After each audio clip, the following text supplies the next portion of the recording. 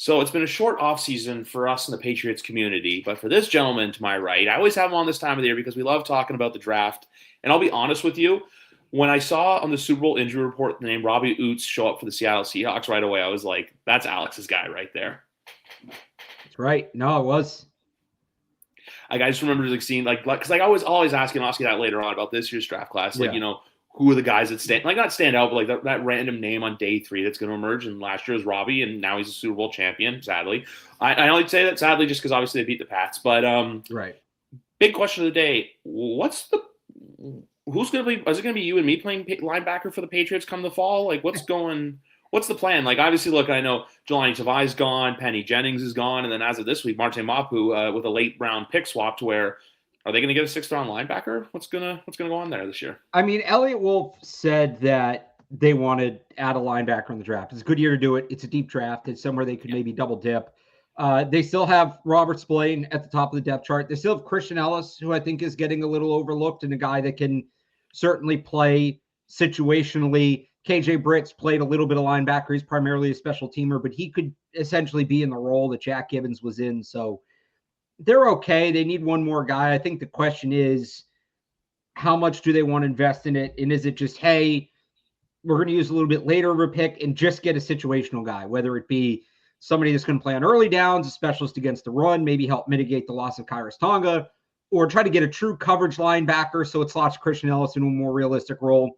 There are guys in those roles anywhere from as high as pick 95, right? That 3rd round pick they have through.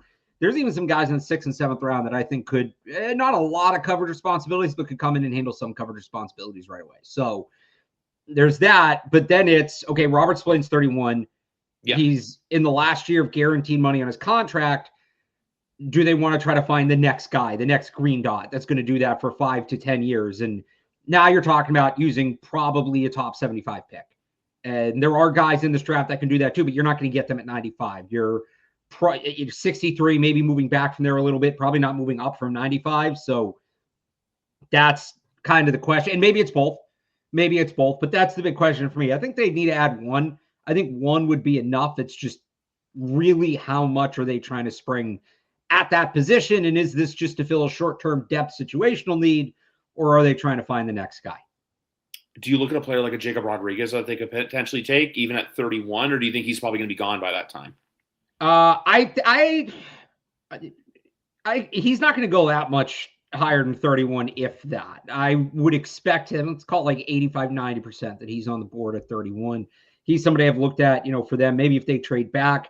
He's been everybody will be surprised, but you shouldn't be as surprised as you are pick at 31 for the Patriots. Like, it's not Cole Strange level, but to be like, oh, okay, we all thought edge or tackle, maybe a receiver. No, this is kind of the logical, unexpected pivot, if that makes sense. I love him as a prospect. I love his fit for the Patriots. I think he is somebody that if you take him that high, as you would expect with that high of a pick, like he is somebody that you hope essentially becomes Robert Spillane and takes over that role. And maybe not in year 1, Robert Spillane's still doing that. He's more of a rotational guy in year 1, but by year 2 and certainly by year 3, he's a guy that's not coming off the field. He's playing 95 or more % of your snaps. So I could see it. It would be a little bit of a surprise just given some of the other things we've heard about the positions they want and the way this draft is staggered. Again, it's a very good linebacker draft. And would you rather have Jacob Rodriguez at 31 or probably not Anthony Hill at 63, but if you can get up to like 50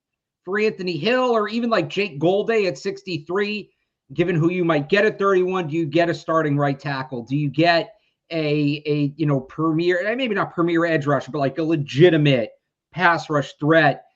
That's the thing to me. I think Jacob Rodriguez is worth the 31st pick. I do. Is he their best usage of the 31st pick? I don't know for sure what the board's going to look like. I would say probably not. Yeah. But it wouldn't be like a bad pick. I just think there are better picks they could make. I only ask just because he's always like the one name that's really stood out to me of like, hey, where can they go? What's the direction that they can take? Like, he's a player that like I've always liked, just watching Texas Tech. But one position I honestly can see this team using an early day 3 pick on, and it's going to sound crazy because the position's been well filled and it's going to be well filled, is probably a quarterback with the now, I know cutting of Josh Dobbs, Tommy DeVito's now the guy, but like I think you'd still do want someone I'm trying to think, hey, you can go quarterback for there because I would rather them draft someone and it be a project just to sit behind Drake rather than, go out and pay a random veteran, kind of what the Vikings did with Carson Wentz late into camp last year. I still think running back's another position. And then tackle's one where I think they're going to get one. Part of me doesn't see it at 31. I think it's going to be defense at 31 because I'm pretty sure this offensive line's stout, but I also think you're going to see some guard play sprinkled in there in the 6th, 7th round because they do need the depth. Because if you look at the offensive line, Campbell, AVT, Wilson now slots in the center, Owenu at right guard, and then Moses at right tackle. So I do think that the tackle plays the option there. I just feel like you're going to see a lot of people being like, oh, they needed to get the tackle, everything with Campbell, which your colleague Andrew Callahan had a great point right after the Super Bowl where it's like, you're not using the 4th overall pick you're not going to have him transition just after one season with a few bad games coming off a bad ankle injury. But then also with this team too, I have a saying and I wanted to run it by you. I think they're going to be a better team on paper, but they're going to have a worse record than 2025. Yeah. I still think this is I think them and Buffalo are going to go somewhere between 10 to 12 wins on the year. Yeah, when you have a quarterback the caliber of Drake May, and when you have a coach the caliber of Mike Vrabel, I think 10 wins in the playoffs is the low bar expectation. Anything less than that would be a disappointment. I only say assuming everybody stays healthy. I'm sorry to cut you off. I just want to say 10 wins because 2023 I set the bar really high and I was very disappointed when that turned into 4. So that's why I'm always more cautiously optimistic than anything. Obviously I think 11.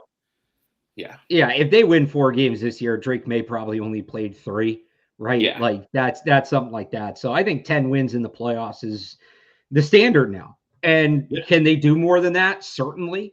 They'll absolutely have an opportunity to, but I think that's why I've said, just go back to what you're talking about with the tackles real quick too. Yeah.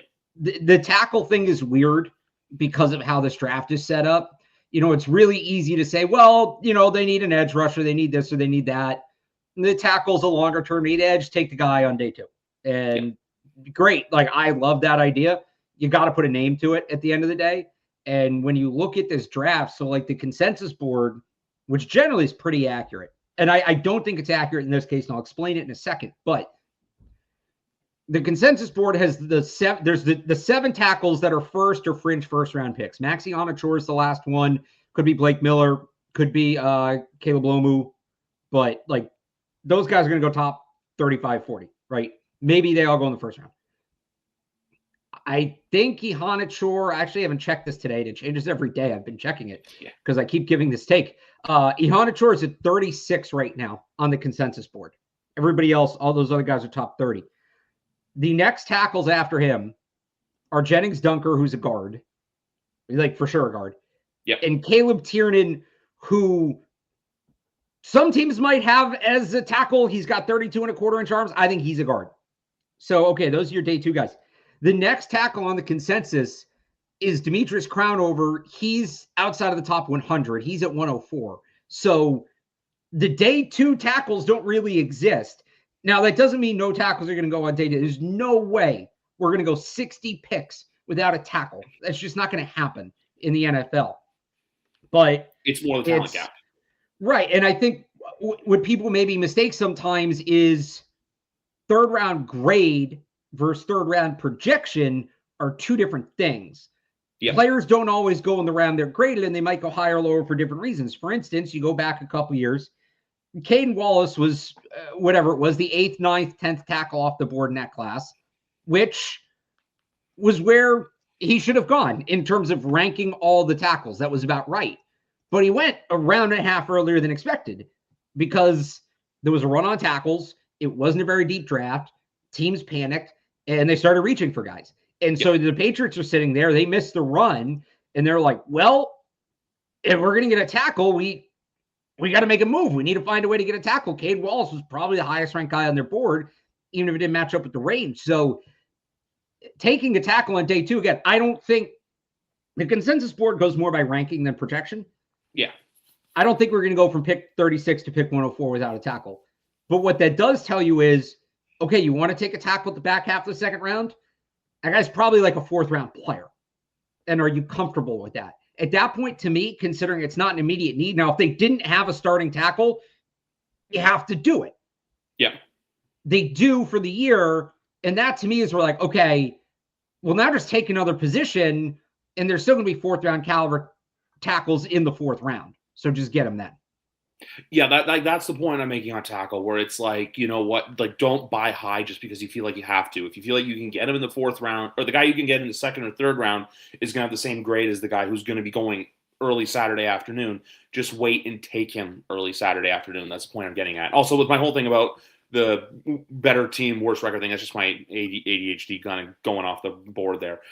But no, this is like this team as a whole, like, look, last year was the real coming out party because, like, you and I spoke in December, and I don't even think at that point we could have pictured, hey, yeah, they're going to win 3 playoff games, and you guys would all have a fun week in San Francisco, Santa Clara. I know the setup's really weird where it's like all the media stuff's in San Francisco, but the game's being played like an hour south of San Francisco.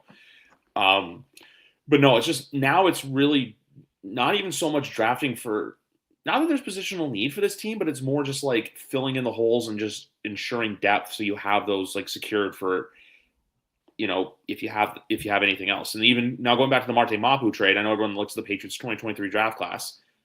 In all actuality, I think you can chalk that draft class up to a win where it's now you have one player who's probably going to sign a max contract at his position sometime soon. You have 2 wide receivers that I'm still trying to figure out where, just to transition gears now with them signing extensions. Where does Douglas fall? Where does Booty fall? Is one harder than the other? Because I feel like it'd be more the struggle with, or even two is Kayshawn a player they potentially move on off from? Because we've seen that ability now with Vrabel where it's, hey, they'll move on from you, no problem. Like we all thought Diggs was going to be here a little longer. No, but when that was coming down to the wire, I kind of had the saying in early February where I was like, I could see a world where he's on the team and I could see a world where he's off the team. Like I wasn't really totally surprised by that one. But then the biggest one of them all, though, is still the punter from Michigan State in Bryce Behringer. So I really think with a draft class, if you can get at least 4 of your guys, like, you know, on a second contract, or you get solid production from at least 4 to 5 of your guys, I think you can chalk that up to being a overall W for the draft. Like, I don't think you can do that, like, you know, on Saturday afternoon when everyone's signing UDFAs, you can say, hey, this draft class is great. No, I really think the true ranking process for how did a draft class work is in the 3 to 4 years post that draft. And hey, where are they now? As opposed to where were they when you took them?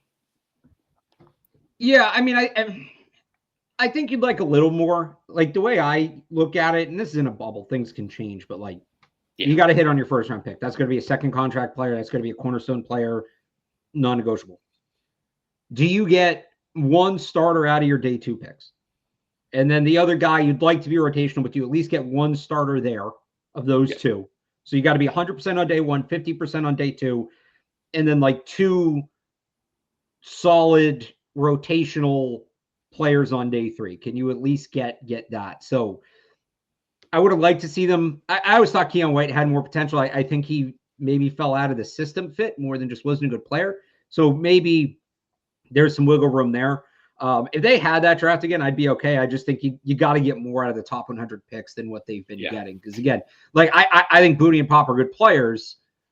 They still need a wide receiver, right? So when you look at the year before, Tyquan Thornton, and they need that outside X guy, that speed guy. Like it's funny if you look at a team's needs and you look at their drafts from the previous 5 years and the guys that didn't pan out. Usually that Venn diagram is close to, if not a perfect circle. Yeah. You can go back. What have been the Patriots' needs for years that we've kind of been circling on? And it's been tackle. I mean, for a long time, it was tackle, receiver, quarterback. 3 of 4 years, they went Isaiah Wynn, N'Keal Harry. They didn't have a 1st round pick in 2020, and then Mac Jones. And then what were we doing, right? Quarterback, receiver, tackle, quarterback, receiver, tackle. Even now, the needed edge, you look at, you know, the top 100 picks they've used the last couple of years. Keon White was one. Ronnie Perkins was a top 100 pick. Joshua Uche. I was so sad when he didn't work out. I was so disappointed.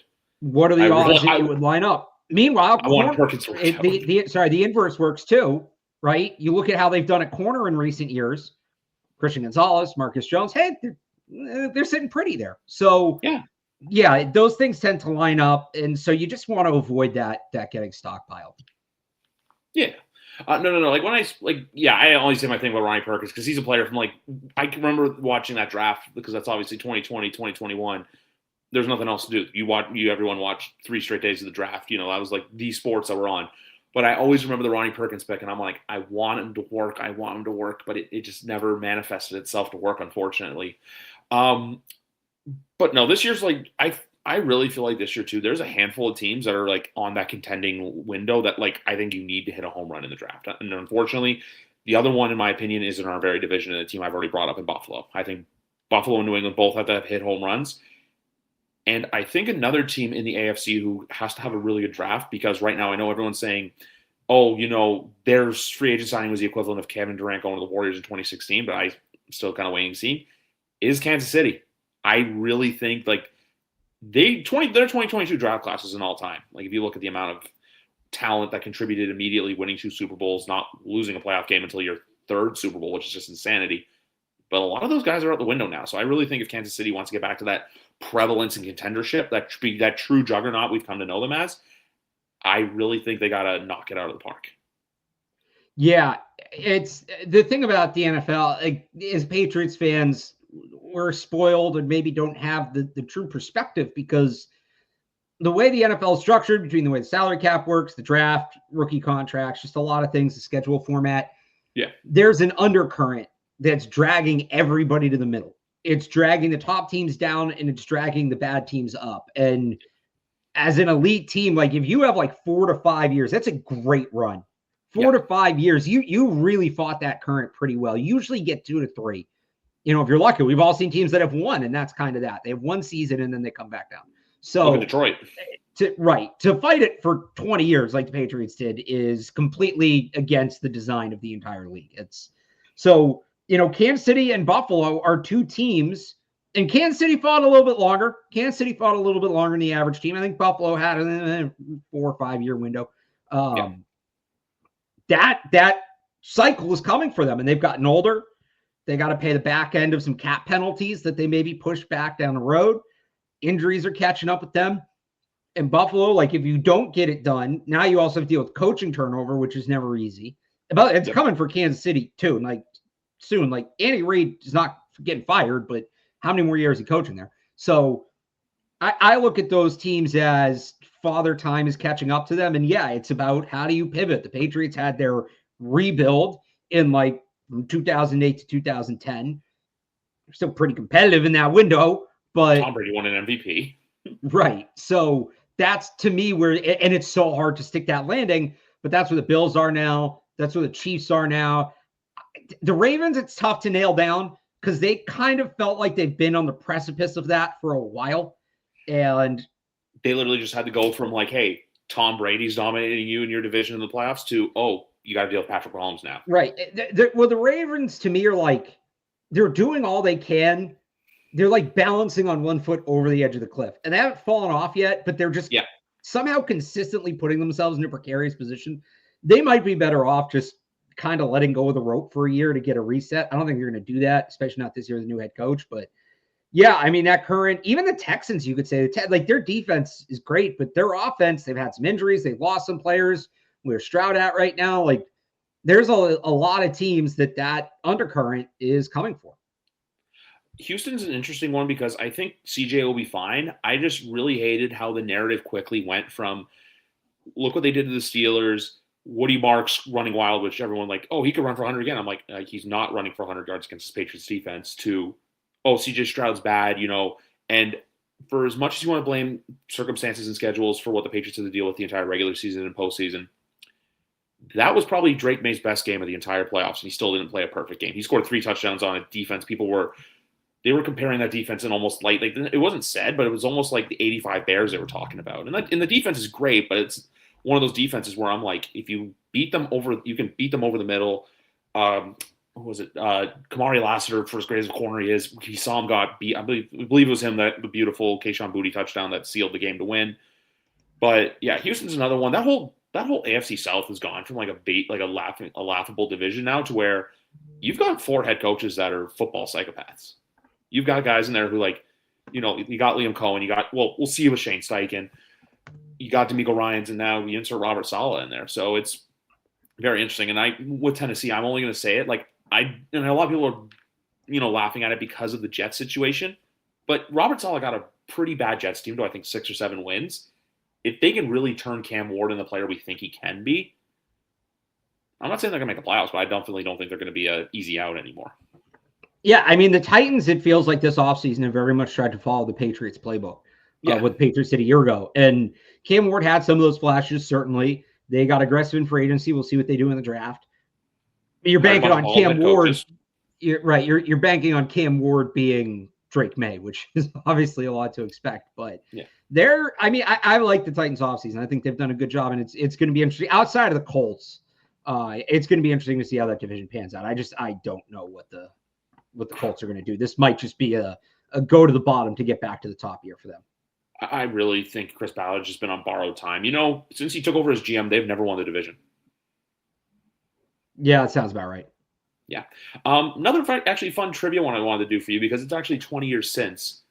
Did you know that it's been this year will mark 20 years since the last time SEC player did not go in the top 10 of the draft, but went number 11? And now it's going to tie into trivia, because I want you to try to guess for me who that player was. So that would have been the 2006 draft. Yeah. So that's the Reggie Bush, Mario Williams year, right? Yep. Is 06.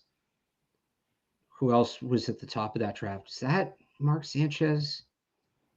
Right position, but wrong player. So it was a US. Oh, it was because Reggie Bush. So it was Carson Palmer was in that draft. You're saying for the SEC? So it was a quarterback. Yeah. That went 11th in 06. It wasn't somebody from Alabama. It wasn't somebody from Georgia. I don't think it would have been somebody from Kentucky. Can I give you one more hint? Yeah, give me a hint. The team who drafted him traded up, and this player also never had a visit with that team who took him. Okay, they traded up.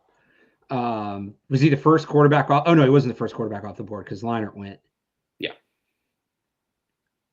It's a good one. It's not. I'm just going through schools. It's not Ole Miss. It's not. Is it? Chad Henne wasn't a first round pick. No, Chad Henne went to Michigan. I'm gonna get this. Hang on. So, SEC East or West? I believe East. Let me double check. Okay, East. So that would be like Florida. So it's not Florida. It's not South Carolina. Is it Jay Cutler? You got it. Okay. The Denver Broncos traded with the same. That would take me. Denver. I was going through the schools, and Vanderbilt was the last school I was going to get to. Yeah, so I was right. Vanderbilt is also in the SEC. Was in the SEC East, but Denver traded up with St. Louis.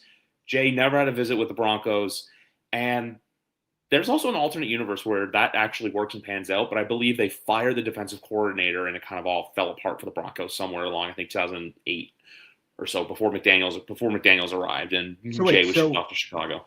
So that's the last time an SEC player didn't go in the top 10? Yep. Interesting. I hadn't heard that. That's an interesting one. That's a good one. There's a football podcast that I listened to, and that was the trivia of the day. And because it was draft related, I wanted to see where I could get you there, because people are starting to talk now, because you know how it's like, hey, the Big Ten's won the national championship 3 years in a row. Yeah. Which will now pair the two, a starting quarterback and the backup quarterback being the most unique individuals in a room in the most unique city in Vegas, and Kirk Cousins and Fernando Mendoza. Yeah. It's like, like the same joke was made where it's like, those are the two guys where the rest of the team's going to be going out on the strip. They're going to go to the casinos and all this stuff. And they're just going to be like, we're going to go for dinner. We're going to go to Cirque du Soleil. Thank you. We're not going to go gamble.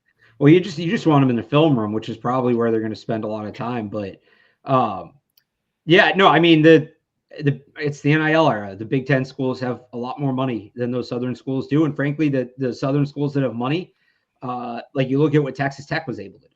And that's a Big 12 school. And A&M should be able to compete. And they had a very impressive roster. They're just Texas A&M's. They choked and didn't have a quarterback. But it's where the money is. And even in the ACC, I think there's some schools that probably have the opportunity to have that money, but haven't mined that well yet, at least as much as they probably could. One of them is not too far away from me. So this is the era we're in. The Southern schools are going to have to find a new way to compete because everybody's paying their players now. Were you at the Boston College Pro Day, if you don't mind me asking? I was, yes. All right. Cool. Asking for football as long as I know you and I usually talk about baseball, but baseball's been rough on us to start the year, to say the least. No, just shifting gears back with New England now.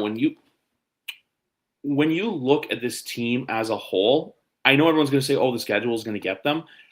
I honestly think it's going to be more or less the travel that can be the big X factor for this year, because considering last year, I think until the Super Bowl, the furthest west they went was to Nashville to play the Titans. But this year, they have to go to Seattle, they have to go to Kansas City, they have to go to LA. Yeah. And I don't think they're going to be week one in Seattle. I don't think so. I know Mike Reese had that tidbit where it's like they're on a short list. There are two teams I could see being in that game. I think one's Chicago and I think one's Dallas. Just, Chicago's that like, hey, that fun pick, and then Dallas is that, hey, we'll toss them in there. I think, and Mike Reese floated this, the Giants could make some sense too. It's a big media market. Try to really establish Jackson Dart as an up-and-coming quarterback in the league. They got a new head coach as well, some turnover. So the Bears are the ones not getting talked about enough. I'm with you. I think it should be the Bears. I could see the Giants too. They tried this 10 years ago and everybody hated it. I think even the players said, like, this doesn't feel right. This doesn't make sense.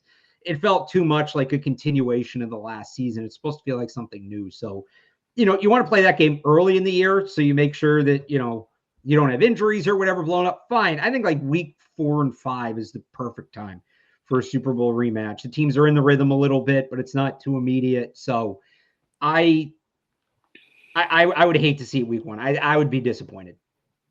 I do think Kansas City was another option, but I think because of the ACL tear, I can see that being like, week 6, 7, or 8, right around like when, I know we talk about baseball. I mentioned briefly to like, it's like championship series or World Series. That's like the Fox like 4:25 game that can lead right into if the World Series is playing on the Sunday, or it could be NBC Sunday Night Football, and you get to hear Chris Collinsworth talk about Patrick Mahomes and his remarkable road to recovery, which obviously we do want Pat to get better.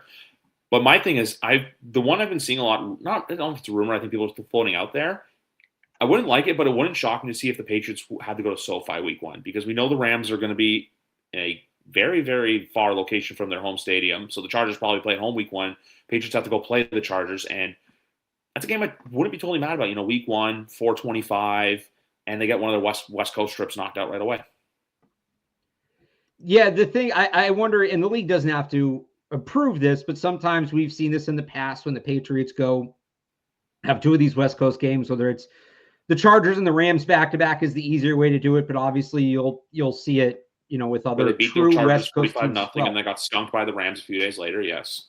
Right. So, like, do they petition to the league? Because those are their 2 real West Coast games. They have the Chiefs, which is kind of out there, but, do they petition the league? Hey, can that be a Sunday-Thursday split? We play one game on Sunday, and then we play the next game on Thursday, so we can stay out there, which teams have done. So, if they open at SoFi, and then is it Patriots Seahawks week 2, that would set that up for Thursday night game. The league probably doesn't want that game on a Thursday night. That's going to be, I'm almost certain, a Sunday night game, just off how they've done it in the past. Maybe a Monday night game. I think that's probably a little down the road. I think Patriots-Bills is going to be the opener. I think Patriots-Bills in that new stadium in Buffalo, and whether it's on Sunday night, whether it's on Monday night, like it'll be somewhere in prime time, I think that makes the most sense for the opener. The Chargers or the Broncos. If I had to rank them, I'd go Bills, Broncos, Chargers. I could see the Broncos too. It's just a matter of if the Patriots are going to open at home or on the road, and I think they've opened at home like the last few years. So I know it's been the majority of the last few years. The Mayo year they opened on the road, but yeah, I'd say Bills, Broncos, Chargers are the 3 most likely. There's one for Kansas City I have a take on. I really think there's a chance that game is Christmas night. Yeah, I can see that's going to be late in the year because they're going to want Mahomes versus May, so they'll push that back. Whether it's Christmas night, Christmas Eve, Black Friday, I've gotten the feeling it's going to be like a Black Friday game. Or the night game for Thanksgiving.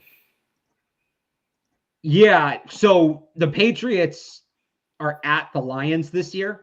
Which, if that does happen, I probably might go to, because I'm a 3-hour drive from Detroit. Nice. That's one, and that's not even like, that's just a Thursday for you, right? Because you're up in Canada and you guys do your Thanksgiving earlier, so you don't need like the thing. I go home and watch football. It's great. the thing for me is like I have to work. I miss doing my usual Thanksgiving, which I love because it's just watching football and eating food and just kind of zoning out. But there was some reporting that the Patriots might play the Lions in Europe. If they don't, that could be considered a game. I think if they're going to put the Patriots on Thanksgiving, it's going to be that game. If not, I think they get Black Friday. They get the true standalone, like single game of the day sort of thing. Yeah, I completely agree as well. I was the other one I was looking at too is that even that Wednesday night, like you said, night before Thanksgiving. I know I've always wondered why that was such a big drinking day in the States, but I remember for a lot of people in the U.S. move far, far away, and that's I feel like a mini high school reunion, college reunion. Yeah, just call it what you want, and so everyone gets together. I like the idea of that game. I just want them to see it execute it safely because you can't just do, hey, we're going to play you Sunday and then you got to play Wednesday. If they can do it safely, I'm all for it. If they're going to do something where it could jeopardize player safety, I don't think so. The other option, I think for that one, you could take teams that were on the bye week the week prior, but at the same, because that's a shortened bye, but at the same time too, it still is 10 days between your last game. So we'll see what happens. That's the big thing about that. Thanks. I know it's called the Blackout Wednesday game. Let's just call it that. Yeah, whatever you want to call it. It just bugs me because this is my personal opinion. I don't know any of this. Like I haven't been told any of this. It's just how I feel. Yeah. This is a test balloon. They want to see if they can play on Wednesdays, and they've been doing this. Like they played so it started during the pandemic, which their hand was forced.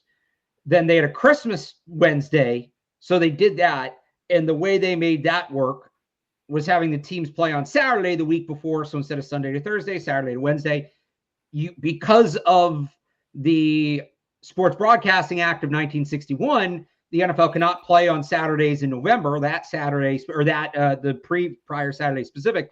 So now how do you do it? You probably have teams play Thursday the week before and then go to Wednesday, but you're not going to have two teams play back-to-back. So now that's a Thursday doubleheader. They announced they're getting rid of the Monday doubleheader, which isn't even really a doubleheader. It's two games up against each other, which completely counteracts the whole purpose of a primetime game. So now you introduce a Thursday doubleheader, which is in itself a test balloon, to set it up for Wednesdays that I'm sure they'll try to do the rest of the year. You had this thing today come out that the DOJ is looking into the NFL about their antitrust laws and the way they do they sell off their television rights. Like, it's all tied together. And I know I sound like a crazy person, but the NFL, it's become more and more clear the last couple of years. They do not want to be a Sunday product. They want to be a week-long product. And if you allow me to take it one step further, the UFL played a Tuesday game this week.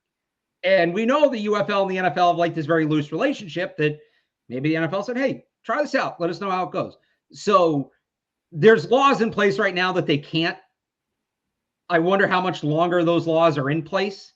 If this is all going to get litigated about their antitrust and Washington, I think it was the Wall Street Journal had it. Like, you can go look it up. But yeah, they're experimenting a lot with the schedule. It makes me nervous because I do think you can have too much of a good thing. This is me. Loves watching football as much as I can, but like, don't become basketball or baseball or hockey where there's a game on every night, and now you're going to go to 18 games in 20 weeks. And you can lose a game, and it's like it doesn't feel as immediate as it used to. Yeah. Not every game's not going to feel like a major event the way it used to. And that worries me because I think that's a huge thing the league and the sport have going for it, exclusivity. So it all just makes me kind of nervous. Yeah, like for me, like that's because like I remember this year too, because obviously the Patriots didn't play on Thanksgiving. So Thanksgiving was 3 games, Black Friday was 1.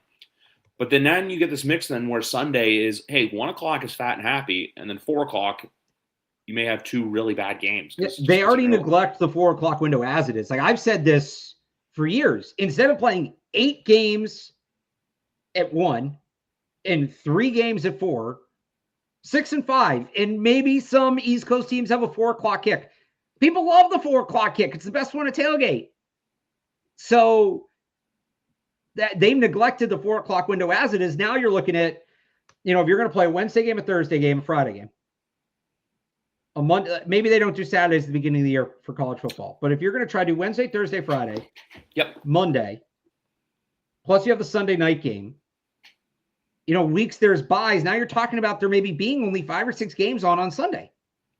Yeah. which that's not what the NFL is. So it's going to be interesting to see what road they go down. Yeah, and then also to the 18th game, like we all like 18 was been made the most obvious since 17 was introduced. The fact that you now have the owners meetings last week, which is an event there's some stuff at the owners meetings that like I'd rather be a fly on the wall for than like at the Super Bowl. Like I don't know if you saw this, but Jade Glazer's like coaches pool party thing, where it's just a bunch of coaches like I'll I can send you the tweet later, but it's basically a bunch of them sitting by the pool drinking. Like Sean Payton's like talking to guys. There's like Dan Campbell there. There's like all these guys and they have their guards down, and I'm like, that's like the stuff I'd rather see just with the owners meeting. But the big thing to come out of that was you had Robert Kraft, you had Carly Ursay-Gordon, you had multiple owners come out and say like, yeah, we want the 18, we want 18, we want an extra week so that they can fully get that President's Day weekend into basically what's called like what an unofficial national holiday for the Super Bowl, because everyone wants Super Bowl Monday off of work. But you just need to, but like I said too, then you do this and then you just there's a lot of parallels to it that like I hope they get right. But the big key to all this is the Super Bowl next year in Atlanta, 2028, less than 2 years away. Yeah, there's not a date been set for that yet. Right. And you have to figure by now they probably want hotels booked, convention centers, boardrooms. You've been to 2 Super Bowls now. Like, you know, kind of. Yeah. I guess you would know the ins and outs, like slightly of not how the NFL logistics work, but you know that there's a lot of moving pieces that go beyond just the game played on Sunday. So it's going to be interesting to see. And they also announced Super Bowl for 2029 in Vegas, where I think that's going to be every 5 years as well. But just to tie it all in. Do I love football? Do you want it on every night? Yes. But also it's nice during the middle of the week where like Tuesday, Wednesdays like that, hey, that buffer from the week before, and now you slowly start to shift and get ready for, hey, this is what's coming up this coming week. Yeah. It's, again, you mentioned the Super Bowl thing. Like the other thing I'm interested in, if they add an extra game, or they add an extra game to schedule, right? Remember how weak the end of the NFL season was this year? Because everything was clinched. And that was an extreme case just because of the way things went this year. But, like, if you add another game, it only lessens the meaning of the previous ones. So now you're talking about some maybe really meaningless football at the end of the year.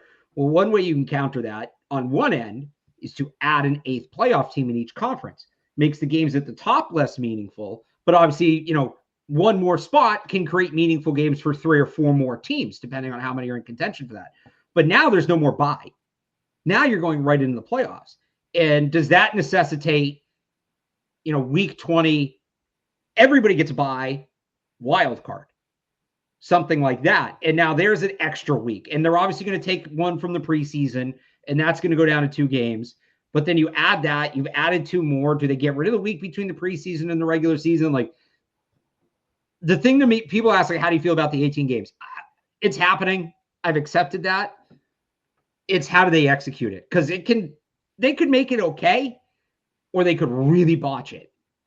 And that's what I'm really waiting to see. Like, because again, what does it mean for the playoff structure? How are they going to structure the 2 bye weeks? Are they just going to be haphazardly thrown, and maybe one team has a bye week 3, and then again week 5, and one team has their bye week 6, and then week 15? Like, is it going to be all right? Everybody gets their bye before week 10, and then everybody gets second bye after, and then you have a team with the bye like week 8 and week 11. It could go a million ways. One idea I heard that was interesting was you create rivalry weeks in the middle of the year, and one week the AFC has a bye, period. And you schedule all premier and NFC matchups that week. Yeah. And then the next week you do it with the other conference. And so, like, do they introduce something like that? It's going to be 16 to 17 was not as jarring because, again, you don't add the extra bye week, and they took the preseason game away and whatever. This one, I think, is going to have a lot more gravity when they eventually go to 18 games. It's who's that opponent. It's when's the bye week, which this is my time to educate you on, because obviously NFL, I believe I've brought this up to you before, but I do some work with CFL team up here in Toronto. They've been doing, the CFL's done 18 games for the longest time. And what they do is they do 20, there's only 9 teams in the league, sure, but they do 21-week season, 3 bye weeks. And this is where it gets down for you, just so I could help you with the 3 bye weeks. So Toronto's buys this year. A team has a bye week 1, which sucks, but it is what it is. And then their next bye, I believe, comes week 8 or 9. And then week 19. So the buys are about 8 to 9 to 10 weeks apart. That's where the buys are usually structured in there. It's just there's two conflicting things with that league because the CFL right now they're basically fine. So before the sidelines used to be same sideline. It wasn't like one team on one side, one team on the other side. 110-yard fields, but field goal posts at the front of the end zone. Now they're shrinking it down to basically NFL fielding, putting it there, and people are getting pissed about Americanizing the game, which is just I'm prepared now for when the 18th game does happen. No matter how they do it, even if you think it's executed perfectly, you're still going to get those people that are the Abraham Simpson yelling at the clouds. Oh yeah, kind of like what we're seeing a lot of people do with what's going on in Augusta right now, which that's another story for another day. This is not a golf podcast, unfortunately, but Alex and I do love the golf. It's going to happen. There's not going to be quirks with it, but we're going to have to accept it. Because I think they just see, hey, what the TV revenues are, what the stadium revenues are, stuff like fantasy football, and also the other quiet giant in all this is the fact that sports gambling is so much more prevalent now. And even this is someone who is a very avid sports gambler. The fact that the NFL, you have owners of teams, and the fact that the NFL is in bed with some of the biggest sports books out there, it's just another driving force to add 18, in my opinion. Yeah, there's more money to be made, and that's why they're going to do it at the end of the day. Money's the motivating factor. Before we wrap up today, it's the annual tradition that you and I have here. For the 2026 draft, who is that man that Alex Barth has the draft crush on? Oh, so there's a couple this year. Oscar Delp is a big one. Really big fan of his. I just think Georgia completely misused him. I know people complain about his production, which is fair. But I think that there were opportunities for him to produce more that, again, just Georgia's offense was weird. So he would be one. They're in a bit of a weird rebuild right now, even though they almost won the SEC. They're good, but they're not like that premier team anymore. Right.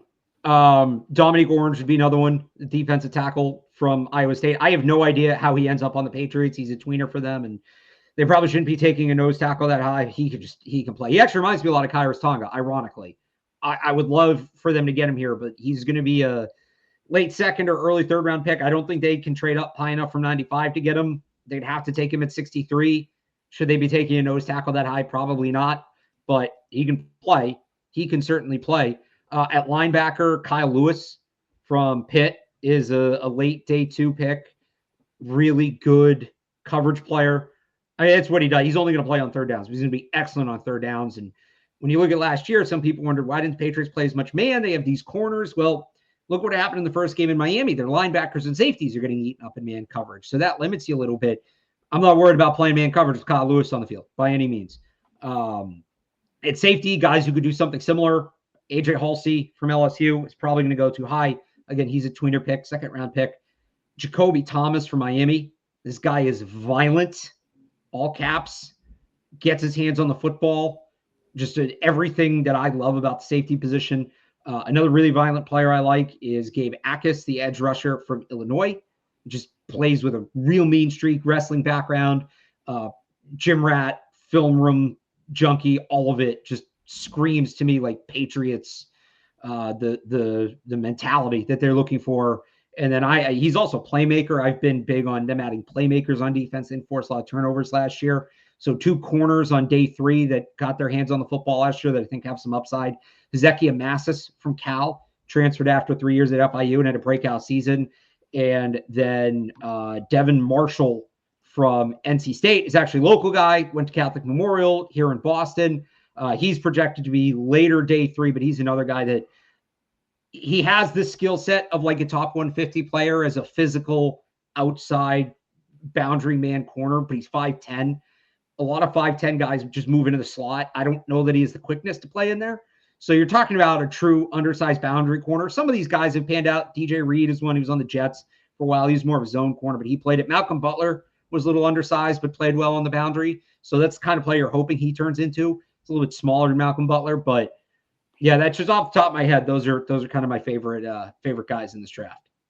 Oscar Delp is one of mine too. I just always wonder if he's going to be there for the Pats. I feel like he'll be probably a day 2 pick if I had to guess, or maybe somewhere in day 2 Friday.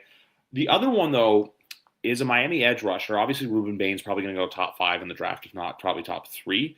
But Akeem Mesidor, I feel like as a guy, he's going to be. I think he's just as good. I just think it's because Ruben Bain's that like name that everyone focuses at. I think Akeem Mesidor is someone that the Patriots could probably get at 31 potentially. But I love how you mentioned the nose tackle thing, just because if the Patriots were in desperate need for a nose tackle, I would just say instead of trying to use the pick at 31, there's a team out there who has a really good nose tackle who needs a new contract and wants a trade. Even though I do think the Giants will fork up the money for him, so if they didn't have Milton Williams, that's why I'd kind of be banging the Dexter Lawrence drum a little bit harder.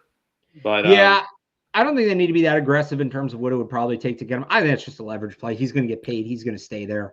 You look at where the team's at, the timing of when that request was made, all that. But to your point, like if they need a nose tackle, it's actually a pretty good draft for those guys, and it runs a lot deeper. So you could take Dominique Orange at the top, but there's guys further down. Darrell Jackson from Florida State is probably going to be like a late day 2, early day 3 guy. He might be more in play at pick 95, maybe move up slightly, but they have the 4 6th-round picks. And if you have to, give up one of those to get to like 85 and get Darrell Jackson, that's that wouldn't be the worst thing in the world. DeMonte Capehart, Tim Keenan are some guys a little bit later on. Nick Barrett, they were tied to today by ESPN. Now we're getting into like late day 3, Bryson Eason. And then one really interesting guy that I'm struggling to get a read on is Dante Corleone, the Godfather from Cincinnati. 6 foot, 340, nothing as a pass rusher, but is a really good 2-gapping run stopper. He missed time in 2024 due to blood clots. So that's something that's a medical flag that might give teams pause. But at the same time, the Patriots have some experience with that, obviously, with, as we all know, Christian Barmore and then even David Andrews a few years ago. So do they look at that? And obviously it all has to check out, but like, hey, we're in a better position to handle this than some other teams. Like maybe they view him a little higher than some other teams do because of that. Yeah, I completely agree. Because like, I feel like the medical red flags get looked at very aggressively compared to the character concern red flags, as we've started to see some guys even from last year's draft or even a few years ago. Like, you see the character ones where everyone's like, oh, there are the character concerns, but it's nothing to worry about. But in reality, those are things I don't think more teams should pay attention to. But that's just me personally. Like, you saw the unfortunate incident with James Pierce Jr. and obviously Puka Nacua is going through similar things right now. Obviously, Puka Nacua is a great player. They're both, well, obviously, I want to say one's getting the help they need, and one, it's a horrible situation. But it's just one of those things. I really think this isn't a good draft for the average fan on paper. But if you're just a player where it's like this draft's all about like finding those missing links to help your team go from here to there, because at the end of the day, on Valentine's Day, you want to be the teams that are in Inglewood, California, hosting a Lombardi. And I think this is a great draft to help fill in, to find your, like you're saying, to find those players that can take you the next 5-10 years in your window at any given position, obviously outside of quarterback. But yeah, we'll see where it goes. But one more before we go, because we did bring it up briefly. Yeah. With Fernando, do you think he can come in and have that similar impact he did at Indiana immediately under a Clint Kubiak offense? Or do you think it might take a little bit of time to where everyone's going to kind of go, was it Cignetti? Like, or is it the welcome to the NFL moments? Like, what's the read you get on Fernando? I mean, I think he's a good player. I think he's a good player. I think he's a guy that can be a franchise quarterback. I think he makes sense as a first overall pick. He wouldn't go first overall every year, but he'd be a top 5 pick, I think, most years. The big thing for me is what they're going to put around him, right? So they have Brock Bowers, they have Ashton Genty, check and check. They really don't have a lot at receiver. No. And the tight end and the running back are only going to take you so far. They're going to need to add at receiver. I don't love their offensive line as much as some people. I know they added Tyler Linderbaum. That's a good addition on the inside. Like, they had to pay the bad team tax for him. Right. DJ Glaze at right tackle doesn't wow me. This is one where if you want to get into like a weird Patriot scenario thing, everybody's talking about, and this just came up when we were doing the show. So Ty Simpson's going to the draft. Ty Simpson is one of 16 players going to Pittsburgh. You usually don't do that if you don't think you're going to be a first-round pick. So unless you're Will Levis. So Will Levis got bad info. Will Levis was probably told, and usually it's the agent that does this, or somebody, his advisor was like, hey, yeah, sounds like you're going to be a first-round pick. You should go. And then that didn't pan out. So we could see a very similar situation with Ty Simpson. So a lot of it. Fernando's not going to the draft. Fernando won't be in Pittsburgh. Fernando is not, right. Not because he's not going to go in the first, because he wants to be with his people, which I totally respect. And obviously his mom's medical issues as well. Oh, that's right. So that's a good. I totally respect that. But the thing is, like, all right, so like if there's a team at the top of the second that wants to move back up and get Ty Simpson, like, could that be a trade opportunity for the Patriots? The other one I look at, and maybe the Patriots should be taking the tackle. So this is where it gets a little weirder. Let's say the Raiders, who are at 30, it's 4, 5, or 6. I know the Jets are at the top, but they're right there at the start of day 2. If the Raiders offer you a boatload to move up and get a right tackle, do you do it? Because they are absolutely a team I could see that will try to get back into the back end of the first round, either for a tackle or a receiver. Maybe if somebody like Denzel Boston falls, Casey Concepcion. Now, these are both needs for the Patriots. This is where it gets a little weirder. But, like, if they're willing to get aggressive and get stupid and give you something, that's a team I look at as a potential trade down partner for the Patriots. So it is 30. So the second round goes Jets, Cardinals, Titans, Raiders, Giants. Yeah. And then Houston weirdly at 38 there, but that's from they got Washington's second round pick. I can see a world, like, I can't see the Jets. I think, Aaron Glenn's going to live and die by Geno Smith, as he said at the owners' meetings. Yeah, Aaron Glenn says a lot of things. I don't necessarily take any of them as concrete. Frank Reich has interim head coach written all over it if they're not good by week right. 5. So if the Jets are it all, and this is why sometimes people are, I remember a couple years ago, the Patriots, I forget who it was, they met with the quarterback, and it was right after they drafted Mac Jones. Like, why are they meeting with the quarterback? If I'm the Patriots, I'm doing a lot of work on Ty Simpson, because if the Jets come calling, you're talking about, you got to pay the second round, first round tax. You got to pay the 5th-year option tax. You got to pay the divisional trade tax, and you got to pay the quarterback tax. That's a lot. The Jets might have to come heavy. And if you're the Patriots, if you look at Ty Simpson and say, this guy sucks, but the Jets think he's good, you have to do that. But at the same time, if you look at Ty Simpson and you say, this kid can play, you can't let him get to the Jets. You can't be the one that gives him to the Jets. So that's a very interesting dynamic there with the Jets lurking at that point. If I'm the Patriots, I'm studying Ty Simpson in case the Jets call, so I know whether or not I'm comfortable sending him there.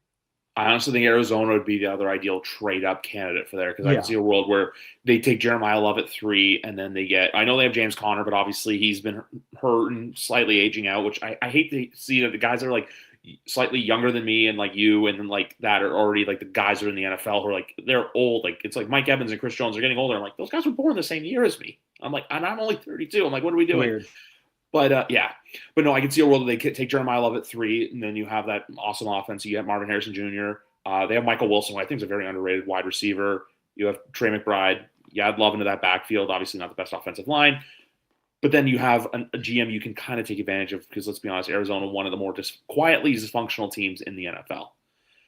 So that's a team I think where they're like, hey, the Jets are offering, like a cow's ransom for them, but the Cardinals are offering a little bit less. I would rather take that trade with Arizona to make sure, what, you're only seeing them once every 4 years as opposed to twice a year. Yeah, I would agree with that. Yeah. But anyway, folks, that's going to wrap it up. Alex, it's been a blast as always. Guys, at Real Alex Barth on Twitter, at 98.5 The Sports Hub in Boston. Check out all of his content leading up to the draft for all you Patriots fans and just NFL draft nerds out there. But for Alex Barth, I am Griff. This has been episode number 424 of YWC Football Talk. Have a great night, everybody, and happy draft season. 2 weeks away.